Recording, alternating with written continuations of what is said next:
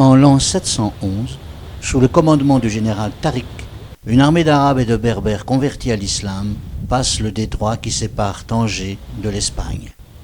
Le général donnera son nom à ce détroit qui deviendra la montagne de Tariq, Jebel al-Tariq, Gibraltar.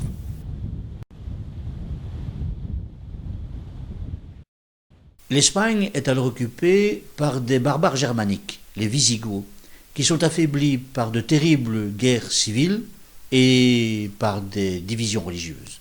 En une bataille sur les rives du Guadalete près de Cadiz, les envahisseurs triomphent des Wisigoths. Leur roi, Rodrigue, meurt de la bataille ou peu après, et son royaume s'effondre d'un coup. Les Arabes s'emparent du nord en une année, prenant Saragosse, une grande ville dont le général Tariq fait massacrer absolument toute la population, hommes, femmes et enfants, qui sont crucifiés par milliers sur les collines et le long des routes. Cette cruauté terrifie les populations de l'Espagne qui se rendent sans combattre. En quelques années, les Arabes se rendent maîtres de toute la péninsule. Il faut dire aussi qu'il y avait là-bas d'importantes communautés juives que les Wisigoths avaient persécutées. Ces communautés se sont immédiatement rangées du côté de l'envahisseur. Mais les Arabes ne s'arrêtent pas là. Ils passent les Pyrénées et envahissent ce qu'ils appellent la Grande Terre, plus tard la France, d'où ils sont repoussés, mais ils conservent pendant 100 ans la Provence, plus particulièrement la Septimanie qu'on voit ici sur une carte. Pépin le Bref leur reprendra ce territoire et son fils Charlemagne enlèvera aux Arabes le nord de l'Espagne, le comté de Barcelone, qu'on voit également ici, qui est l'embryon de la Catalogne. Alors, en Espagne, les chrétiens ne sont ni chassés ni convertis de force. Les Arabes, les nouveaux venus, ne sont pas assez nombreux pour imposer leur nouvelle religion à tout le monde.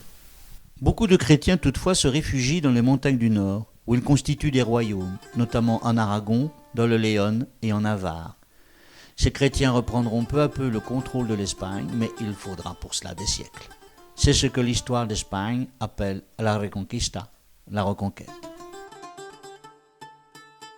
Alors, il est faux de dire que l'Espagne fut arabe. L'Espagne sera Maure. Alors, les Maures sont un mélange de berbères, d'arabes et de juifs venus d'Afrique du Nord. Cette Espagne mauresque est très tolérante, dans la mesure où on peut l'être à cette époque. On n'empêche pas les chrétiens de pratiquer leur religion, bien qu'ils vivent séparés des musulmans, tout comme les juifs. Ce sera d'ailleurs, avec des hauts et des bas, un des rares lieux de liberté religieuse, toute relative, dans l'Europe du Moyen-Âge. Alors, les musulmans appellent cette conquête Al-Andalus.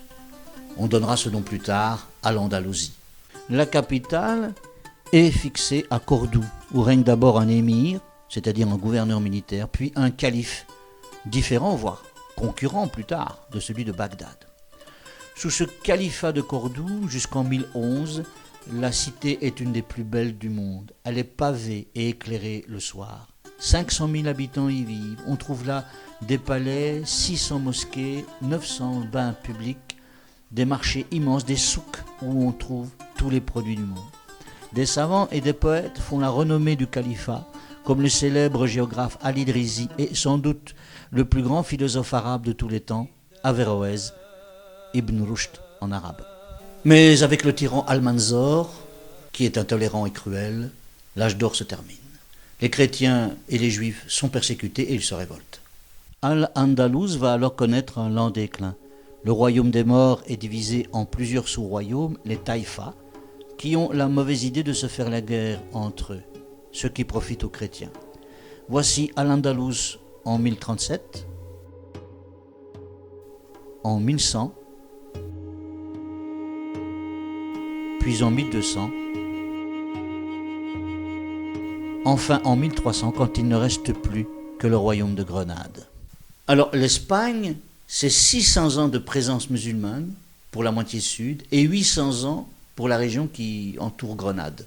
Mais la guerre est permanente. Ainsi, un chevalier chrétien très célèbre s'illustre dans la Reconquista. Il s'appelle Rodrigo Díaz de Vivar, plus connu sous le nom du Cid Campeador, c'est-à-dire le Seigneur vainqueur. En 1095, le Cid s'empare de la puissante forteresse de Valence. Chevalier très respecté de ses ennemis, Ce héros sera immortalisé dans de nombreuses légendes.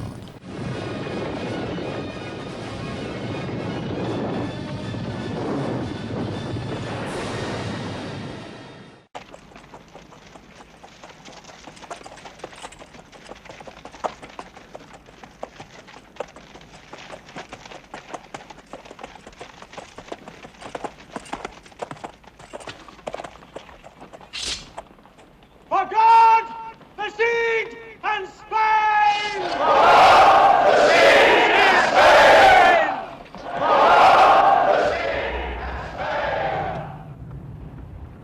And thus the Cid rode out of the gates of history into legend.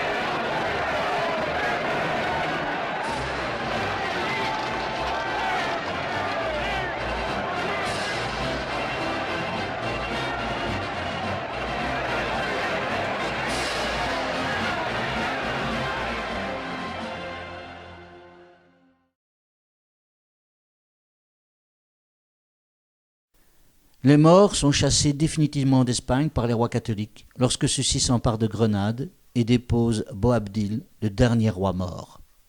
Les musulmans comme les juifs doivent alors soit se convertir, soit quitter l'Espagne et beaucoup s'en vont.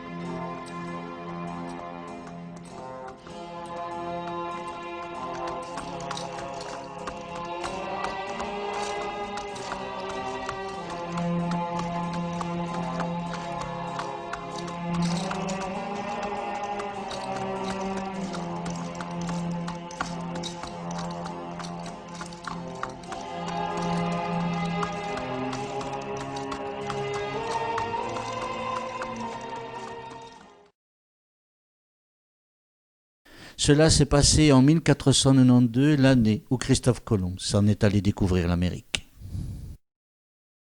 Avec la chute de Grenade, c'est la fin de l'Espagne mauresque et une grande civilisation disparaît à ce moment-là.